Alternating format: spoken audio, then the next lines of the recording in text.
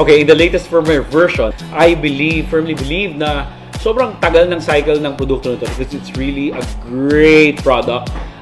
They actually provided the option for you to shoot in their version of log. It doesn't shoot log talaga, but it can record into a profile which is called D-Cinema, which is their version of a flat profile.